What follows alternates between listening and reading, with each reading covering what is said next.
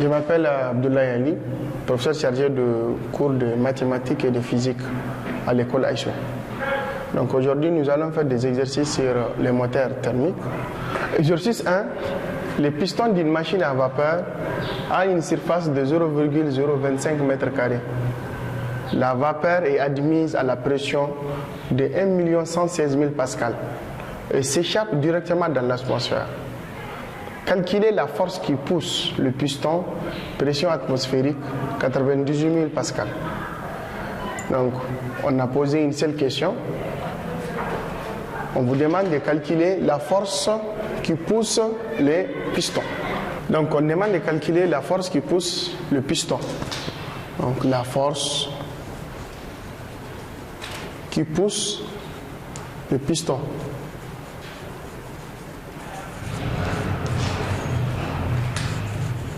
La force qui pousse le piston. Donc, l'expression ou bien la formule de la force, c'est F est égal à la pression effective multipliée par la surface. Donc, l'unité de la force, c'est en newton. L'unité de la pression effective, c'est en pascal. L'unité de la surface, c'est en mètre carré. Par ailleurs, on sait que la pression effective est égale à la pression d'admission moins la pression d'échappement, l'échappement. Donc on abrège PEC, pas de moins, PEC. Donc si on remplace PE par sa formule, on aura F est égal à PAD moins PEC, pression d'admission moins pression à l'échappement, multiplié par la surface du piston.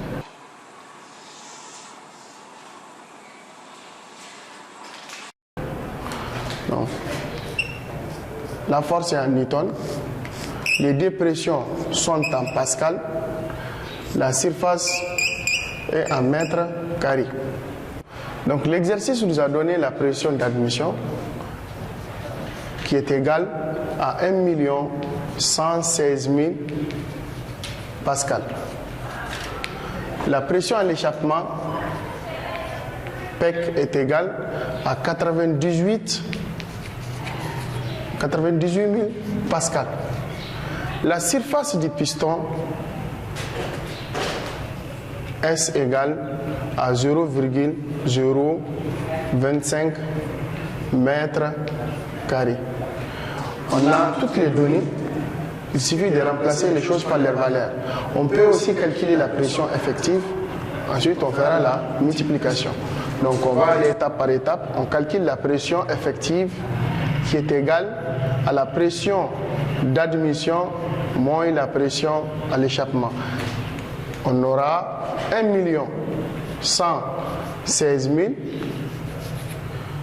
moins 98 000, ce qui nous donne 1 million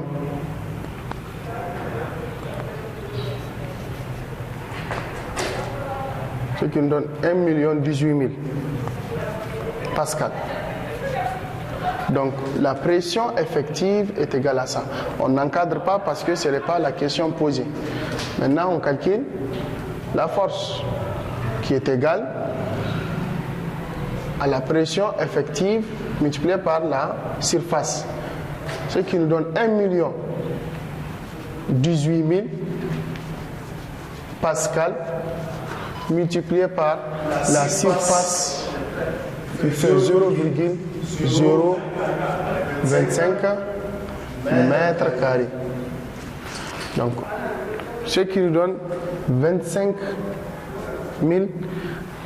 450 newtons.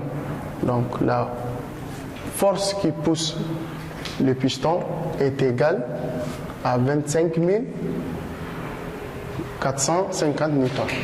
Donc c'est la fin de l'exercice 1.